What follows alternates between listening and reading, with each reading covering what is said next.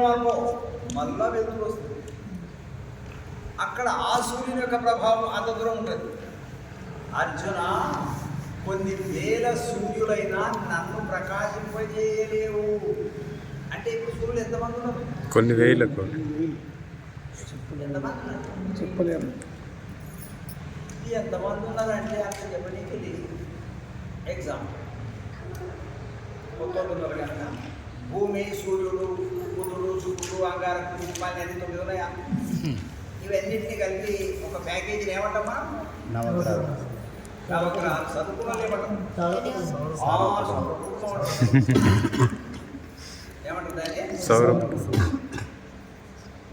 ఇటువంటి సౌర కుటుంబాలు ఈ విశ్వంలో కొన్ని కోటాన కోట్లు ఉన్నాయి. సరిపోయిందా? అంటే ఇప్పుడు ఒక్కొక్క సౌర కుటుంబంలో ఒక్క సూర్యుడు ఉన్నాడు కదా, కొన్ని కోటాన కోట్లు ఉన్నాయి. ఇవన్నింటినీ కలిపి ఏమంటారు? మిల్కీవే, పాలపుంత. ఇటువంటి పాలపుంతలు ఎటువంటిది? కొన్ని కోట్ల సౌర కుటుంబాలు గలిస్తే ఒక పాలపుంత. ఇటువంటి పాలపుంతలు కొన్ని కోటాన కోట్లు గలిస్తే ఒక్క అండం. ఇప్పుడు ఈ అండంలో ఎన్ని సూర్యులు ఉన్నారు? కోట్ల.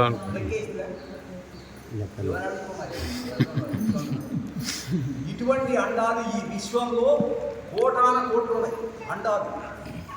ఈ అండాలను మానిటరీ చేయడానికి ఒకడు ఉన్నాడు, వాడి పేరు బ్రహ్మ. ఇప్పుడు ఒక అండం గురించి నేను మాట్లాడుతుంటే నీ గురించా, నీ కథ, నీ ఫైనాన్స్ ఏమన్నా ఆలోచన వస్తుందా? ఇంత విశ్వంలో ఇవన్నీ ఉంటే కూడా ఆకాశాన్ని టచ్ కావింది. ఇంకా ఆకాశం చాలా దూరం ఉన్నది. ఆకాశానికి అంతు లేదు. దాని డెఫినేషన్ ఏంటంటే అవకాశ ప్రధాతృ ఆకాశ. అవకాశాన్ని కల్పించేది ఆకాశం. నువ్వు ఎన్నైనా తెచ్చే ఇంకా ఛాన్స్ ఉంటుంది. పుష్పకగానం ఎన్నైనా తీసుకురా ఇంకా ఛాన్స్ ఉంటుంది. ఇప్పుడు మనలు బస్ నిండా జనం ఉండిపోతున్నారు. ఓ ముసలి వెండి లాగి లేదు కాలేదు అన్నాడు. అవడు లేదు కాలేదు రానిగా వీల్లేదు అంటే అక్కడ అవకాశం లేదు. అవునా? కానీ విశ్వంలో నీకు ప్రతిదానికి అనేక అవకాశాన్ని కల్పించేస్తూనే ఉంది. ఇట్లా ఏదైతే సమస్తం వ్యాపించి ఉన్నదో దాన్ని సత్తు అంటాం. దాని పేరు ఏ పేరు? సత్తు. లేకపోతే దానికి ఇంకొక పేరు కూడా అమ్మవారు అని. ఇంత వ్యాపించి ఉన్నదంటే ఇది గొప్పదే కాదా? ఇంత గొప్పదే అది, కానీ దానికి ఒక వీక్నెస్ ఉన్నది. ఏమిటి ఆ వీక్నెస్ అంటే అది అంత గొప్పదే కానీ అది ఉన్నట్టు దానికి చెప్పింది. అది వీక్నెస్. సరిపోయిందా? అది ఇది ఇంత గొప్పగా ఉన్నది, ఇంత పెద్దగా ఉన్నది అని ఏదైతే తెలుసుకుంటున్నదో దాన్ని చిత్తు అంటారు. ఇప్పుడు ఆకాశం ఉన్నది అని ఎవరికి తెలుస్తున్నది? ఆకాశానికా? తప్పానికా? శరీరంలో ఉన్నాను. నాకు తెలుస్తున్నది. ఎవరికి తెలుస్తున్నది? నాకు తెలుసు. ఆకాశం ఉందని ఎవరికి తెలుస్తున్నది? నాకు. నీకు తెలుస్తున్నది. నీకు తెలుస్తున్నది అంటే ఆకాశం ఎవరి మీద ఆధారపడి ఉన్నది? నా పైన. నీ మీద ఆధారం.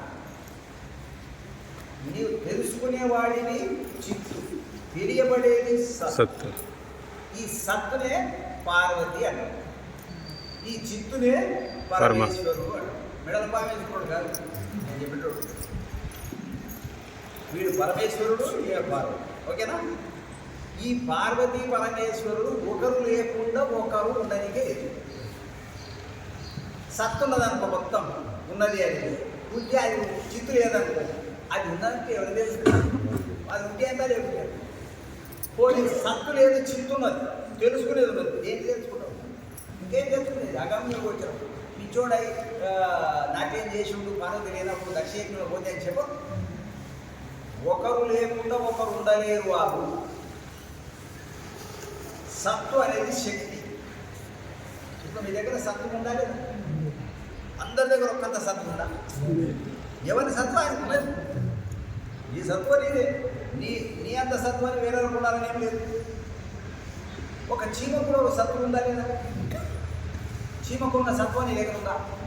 అది తక్కువ కలుస్తుంది. కదా పోయి దోమకున్నంత సత్వాన్ని లేకుండా దోమ తన తొండాన్ని లోపలికి దించి రక్తాన్ని ఉంచిపోతుంది. నీవు అట్లా కొడతావు దాని సత్వదా సత్తునే